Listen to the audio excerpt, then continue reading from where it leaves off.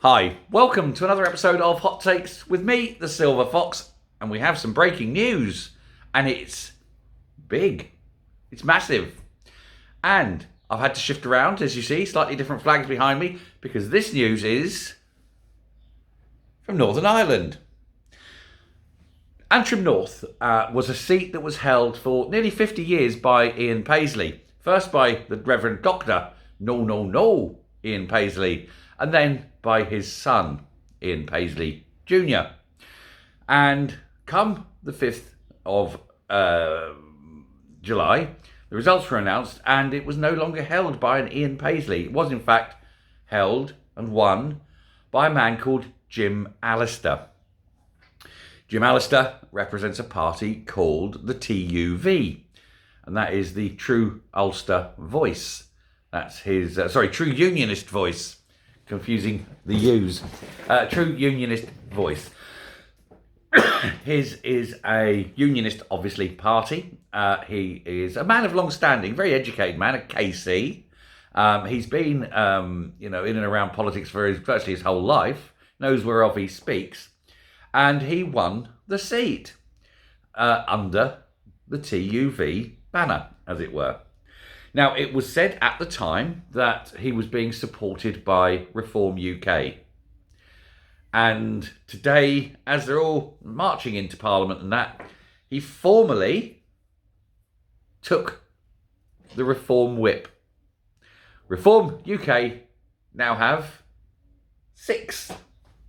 That way, 6. Get them in. 6 politicians. 6. At this rate, they'll have the majority by, April next year. There are rumours, of course, of others joining them. Most favourite, possibly Suella Braverman. I did the video on that earlier. That'd be a cracker, that would. But here's the thing. Everyone has said that Reform UK is a single character parliament, a single character party. It all revolves around Nigel. Maybe. But imagine if you did start getting some big names, some respected names, some experienced people in. Nigel would be leader until he was leader no more, but that wouldn't be the end of the party. Because if you had other big names in, respected people, people of long standing and experience, the party would continue. It would be bigger than the man. It wouldn't be a cult of personality. And I think already now that's starting to happen because you've got some proper politicians in Reform. And indeed, people who have won seats, retained seats as Reform candidates. That's important. And so you're in this position now where it's a new, growing, massive party. What else is stunning, and this is where really the Tories are deeply, deeply in trouble, is that at the moment there are about 5,000 to 6,000 fewer members in Reform than there are in the Tory party. Just let that sink in. They only need another 6,000 members, and Reform will have more members than the Tory party. How many Tory members are going to shift over the next few weeks?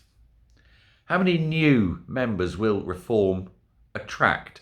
Especially if they do start pulling another one here, another one there. Maybe somebody crosses the floor, that sort of thing. It's entirely possible. It could well be that Reform become the second biggest party in terms of members in the country. I think already they've got more members than the SNP, despite the SNP boasts, because the SNP don't like saying, and they like to boast they're big, It's all getting very, very worrying, I think, for the Tory party, that Reform are still attracting increasing numbers of members and increasing numbers of MPs. I suspect there will be more people joining. I suspect there will be, particularly from the right of the Tory party.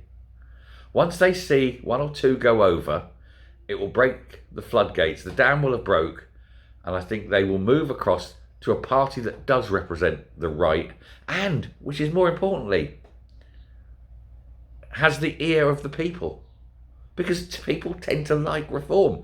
That's why so many people voted for them.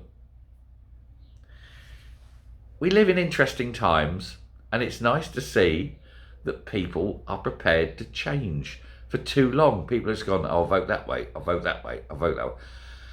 I'll vote Labour because my dad and my granddad did when they were down the pits. There hasn't been a pit in a generation and a half, but they're still going to vote Labour because, hey, for example. And it's the same with the Tories. And then you have what you can call challenger parties come along. And challenger parties like Reform. And if Reform can go into Northern Ireland and take a seat in Northern Ireland, what you can only call, I suppose, a difficult market, especially for those on the right. I mean, yes, there are the religious right parties, but, you know, if you can do that without the religion attached, that's startling. And of course, you saw how many votes for Reform in Scotland. Okay, didn't win a seat, but got a remarkable amount of votes considering who they were up against. I think the time is coming. I think the rise of Reform is inevitable. I think next election, if they're not the second biggest party, if they're not the official opposition, they'll be the third biggest party. And I think especially if there is a change and they do go and get rid of first past the post and have a more reflective voting system, they could end up being the government. It's stunning. But it is great to see. It's great to see. The people of this country are slowly aligning themselves with it. The politicians are slowly aligning themselves with it. And when you're getting everyone aligning, it makes it very weird that even now the media refuse to acknowledge it. You won't see this story in the press because the press don't want to push the Reform line. They're scared of them. They're scared of Reform.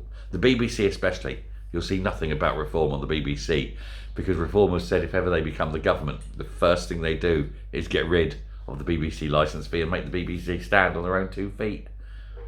That's why Nigel never gets invited on, you know, unless it's to criticise him or to punish him or to get BBC producers to ask awkward questions. Hey ho. Anyway, thanks for listening. We've gone on a bit too much here.